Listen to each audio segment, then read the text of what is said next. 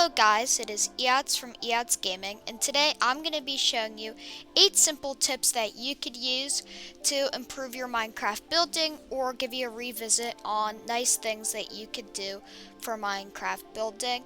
I really hope that you enjoy it, and let's hop right into it.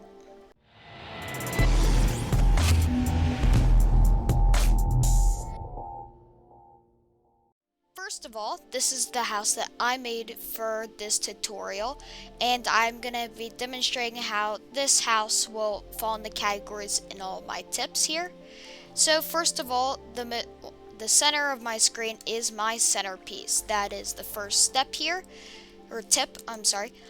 So the centerpiece is anything your eyes are going to naturally be drawn to as you come in, like from over here, and then bam, it's right there, right? So it's the thing that you're going to be looking at.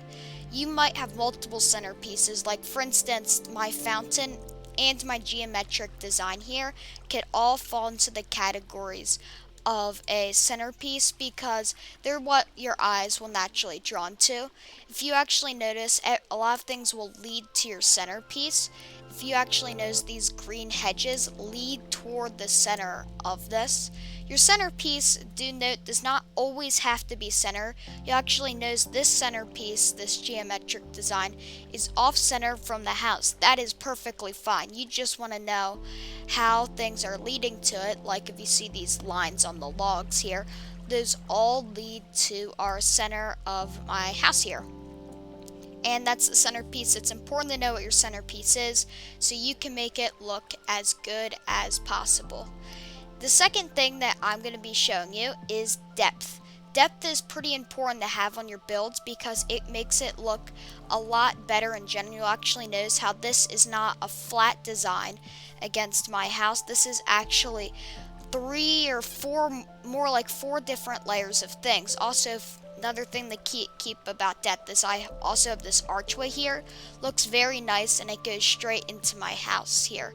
So also if you look at this water fountain here, you'll see how the fountain here will have all this water spilling out to the sides, and that really gives your build some depth. So it's pretty important to give your build lots of depth as much as you can.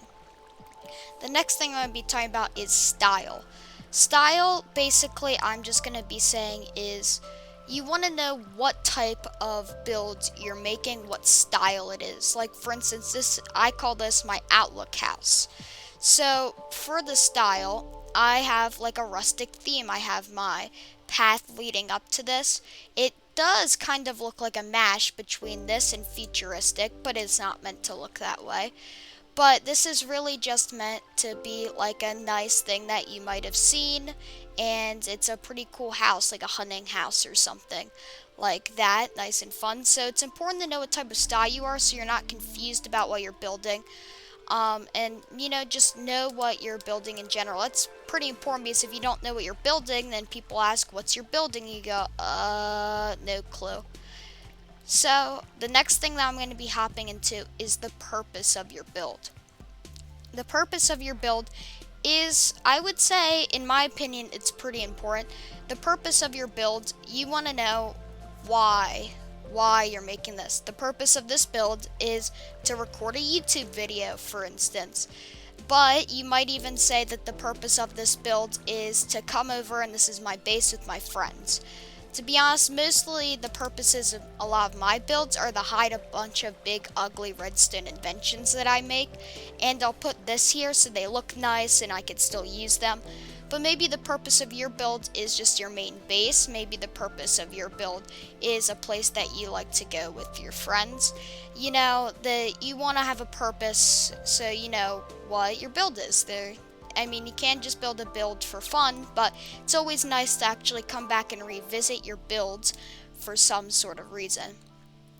The next thing I'm going to be showing you is coloration. It's important to have your coloration here in a specific format. So, actually, this is the proper coloration of how you want to make your builds. I made this light at the bottom and dark at the top. you want dark at the bottom and light at the top. I did this just to show how much of an impact it could have on a house like this, having dark at the top and light on the bottom. You can do it differently, but I prefer, at least it's a very nice idea to have different things like this. So you have your dark on the bottom, light on the top. It's very good. And an important note to make here is this roof is actually dark color. You might wonder why this would fit into my category. Why this fits into my category is when your brain sees this, it references it as kind of like a new section of it. So you want your things to have different layers into these different things. You notice how I even have some light in here making into my next stage here. So it's pretty nice to have your dark on the bottom, light on the top. You might even think that this is all earth natural stuff, so you want it on the bottom, and this is all light stuff, so you might see it up here, right? So this is like a borderline, I would say, to go to some different style changes or just changes in general from what you're doing. The next thing I'm going to be talking to about is very, very important. It's texture in your builds. Texture looks so nice. I mean, Minecraft grass, you could see how it has the different green spots on it to make the grass. Same thing with my wall here. I have all these different building blocks that could go into it. This really just makes it look a lot nicer in general. So it's very nice to actually have that. And even if you look in this path right here, I have my depth and my texture here because I have this depth of this here, and it's also textury having all of that, especially using all these blocks you normally would throw into lava in survival. It is useful to keep some blocks because you might use them for building later on. It's nice to keep blocks. The same spirit, if you look inside my house, I have even more different types of texture. I have these stairs providing depth, these slabs, different types of cobblestone here. It's very nice to mix it up. This is more like a rustic look, but there are ways you can import this into maybe fashionable quartz looks. Not all your looks will want texture, but it is nice to involve textures in other ways if you aren't doing it like this. The next thing I'm going to be talking to you about is lighting. Lighting is important for survival and actually creative. There are so many different ways to create lighting in Minecraft. There are ways that you might see a lot, like having redstone lamps in the ceiling, but there are other ways to do this too, actually. So, like for instance, this right here is actually a lighting source. It actually has this grass block here in front of that not in front of that in front of this carpet, because the glowstone will shine through some non-solid blocks like glass and carpet, as I'm showing you here. It could even shine through some slabs. I even hid one in the fountain here, a glowstone block. You could always use shroom lights.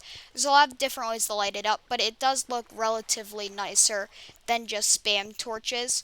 If you look at this room, you think you just see just two sources of lighting, the campfire and this chandelier here. It's actually definitely not that. Those don't provide that much light, but what does provide light is light coming out of this stair, and right here I use the gray carpet this time to match it with my surroundings.